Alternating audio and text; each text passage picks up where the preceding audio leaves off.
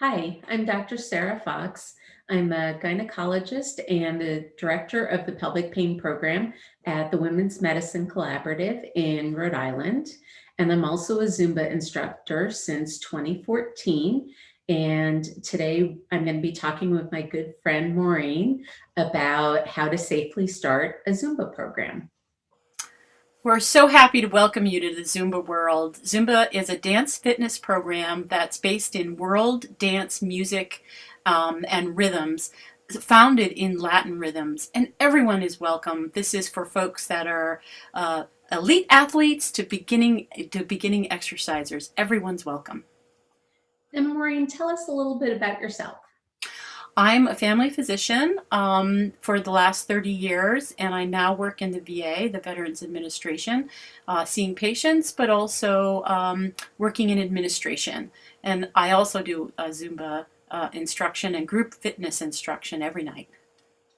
So we were lucky enough to meet at the Zumba convention in 2015 on our very first day. We just happened to bump into each other and we've been buddies ever since. And so this is such a treat to be working with you on this project. So we have an upcoming Zumbathon, and in preparation, we thought it would be a great idea to tell people how to start a Zumba program safely, and particularly for people who may have injuries or who may have pain issues. How can you modify so that you will have a fun time doing a Zumba program, but then you'll still feel good the next day and you'll be able to come back to it and do it again. And if you haven't exercised in 3 years, you're not going to do an hour-long program or an hour and a half long program and still feel good the next day. Wherever you are is okay. And if you want to have a seat and just watch for the rest of the time, that's fine too. And you can do it from your chair or from a standing position. Anything is fine. You just know your own limitations, I guess. When we exercise, our body produces endorphins, which are the feel-good hormones.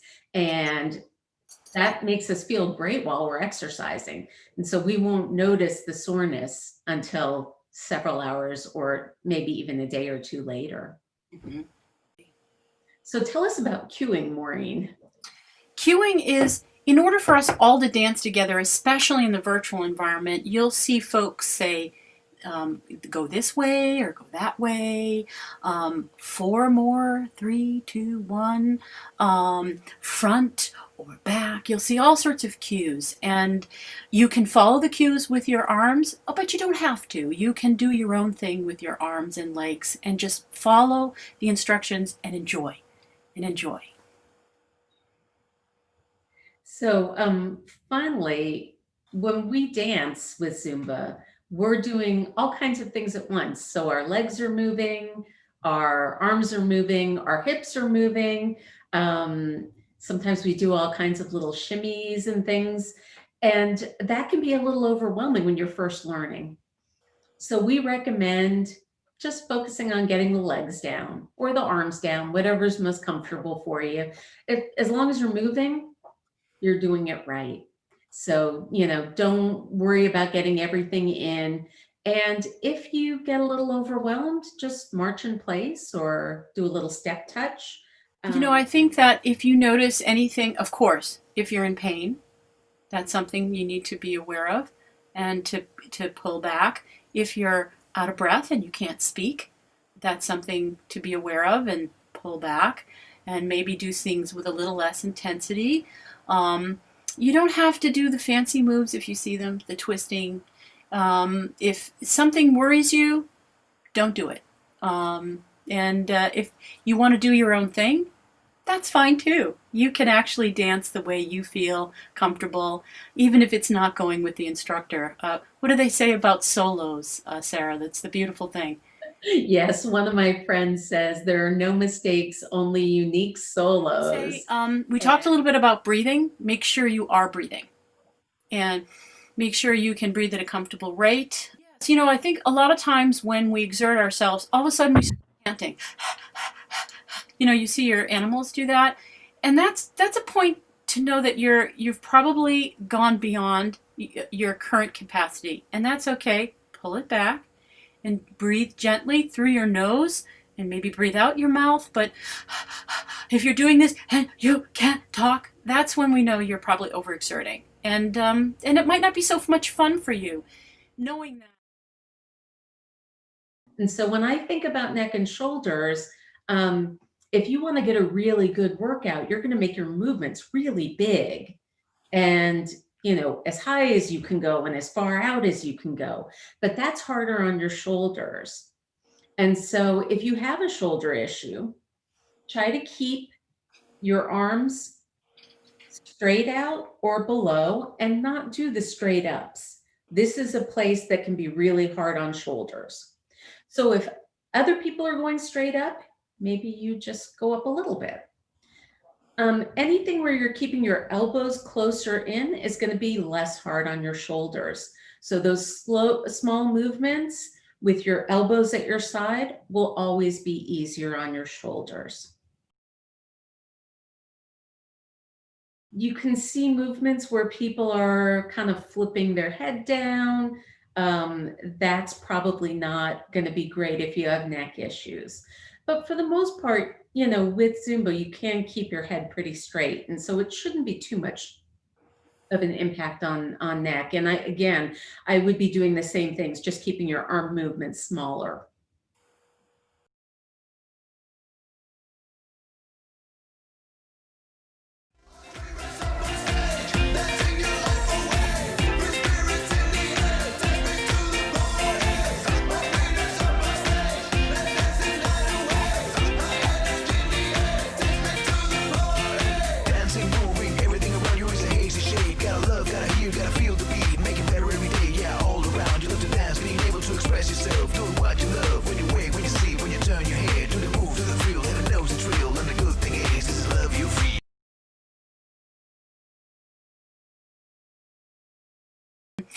We're moving down, and I guess we're moving into twisting.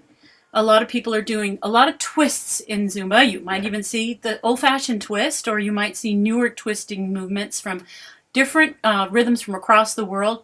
You don't have to do that. You don't have to twist your legs. You don't have to twist your torso. You can very gently move even side to side to approximate that twist. But this kind of thing, if you're not ready for it, might cause a little stress to you. So you don't have to do that. And shimmies. Shimmies are a really important movement for many cultures across the world, but you've got to know that people have been growing up shimmying from the time they were little kids. So if you see people shimmy, you don't have to do that just yet. You can just do a little shimmy in the shoulder region, and you can do a little shimmy in the hip region. You don't have to do anything as fast, and you certainly don't have to do any of the hip circles that you might see people do. You don't have to do that at all, actually, if you don't want to.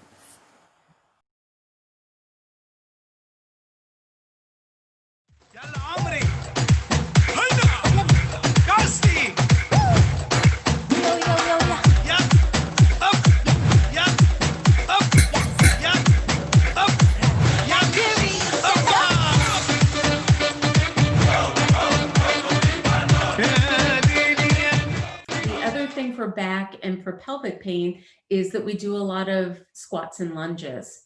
And of course, if you are strong and want to do a really good workout, you're going to do a deep squat or a deep lunge, and that's going to be more challenging.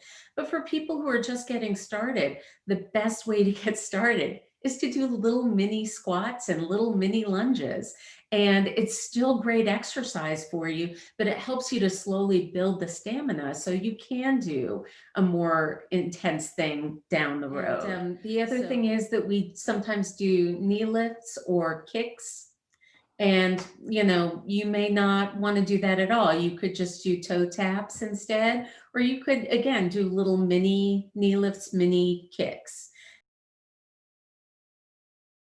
Gente acumulando lixo, não quer separar.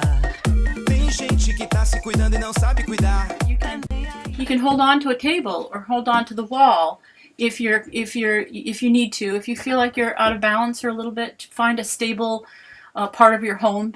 A wall is the best. Just put your hand on it just to stabilize yourself. You see a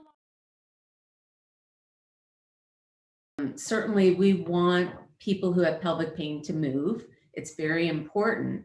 But many people with pelvic pain have pelvic floor muscle spasms that can be very painful.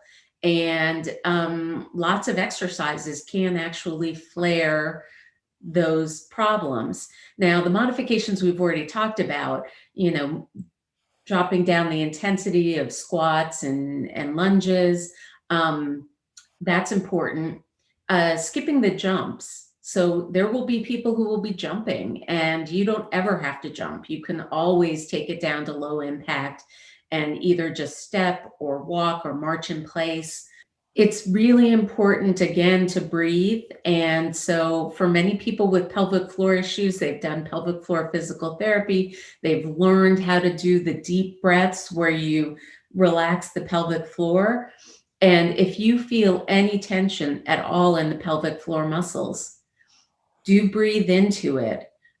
You can also actually sit down and do some stretches and just take a break if the pelvic floor muscles bother you, or you can walk a little bit, just a very slow pace, and that can help you to recover so that then you can keep going with the exercise.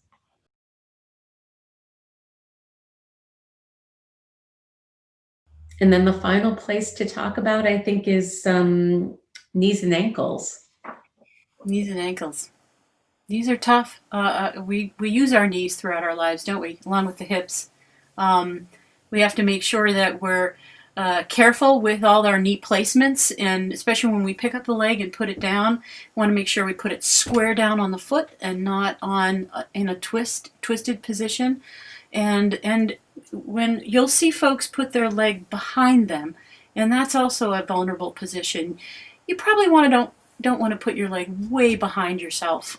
Ease into it. Just slightly in back would do, or not. Just put it straight in front. So make sure your foot placement is square. That's going to help your knees a lot. Plus the jumping. Again, the jumping and the twisting, Sarah. It comes down to careful. Yeah, and there are a lot of moves that come from Africa, from the Caribbean, that do have a lot of rotational movement at the ankles and knees, and that's really hard. So we're going to demonstrate a couple of modifications for you so that you can see how you can just skip the rotation altogether. Mm-hmm.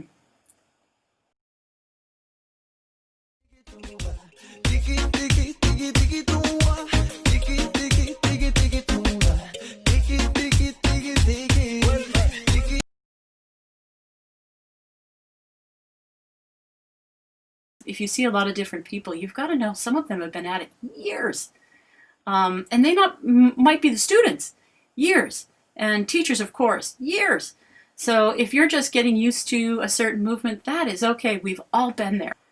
And I started 10 years ago and couldn't figure out my left from my right. And a lot of people have that same story where in the beginning they thought, gee, I want to just get through part of this class, not even the whole class. Maybe the beginning. Maybe I want to get towards the first quarter of the class. And then maybe the first half of the class. And then before you know it, you're doing the whole class. And maybe that's months later. But that's okay. That's okay. And if you're successful and you're not injuring yourself and you're feeling good, that'll make you come back. That's the whole point of Zumba, is being successful wherever you're at. Beginner, expert, and everybody in between. Right. I'm going to quote some of my favorite people in both the pelvic pain world and in the Zumba world. The first conference I ever went to told me the body was made to move. That was the first lecture I heard. And over the years, fads come and go, things change. We learn new things about treatment. So maybe this isn't so good for this person or another person. And yet I always come back to the body was made to move. And more than anything in my career, when I see people with pain who move in a gentle way on a regular basis, they do better than people who don't move. Zumba may not be the right thing for you. Find what is. one of my friends used to always say, whoever has the most fun wins. Oh, I like that. And this is not about what it looks like. No. This is about feeling the music and being creative and having fun and laughing at yourself when you go the wrong direction. Yep, It's about having fun. exactly. And my final comment is, again, no mistakes, only unique solos. Absolutely. It's all about joy. It's about joy and connection. We're here together and we're here to help each other out. And that's the most important thing, that you leave here feeling wonderful. So enjoy your class and good luck.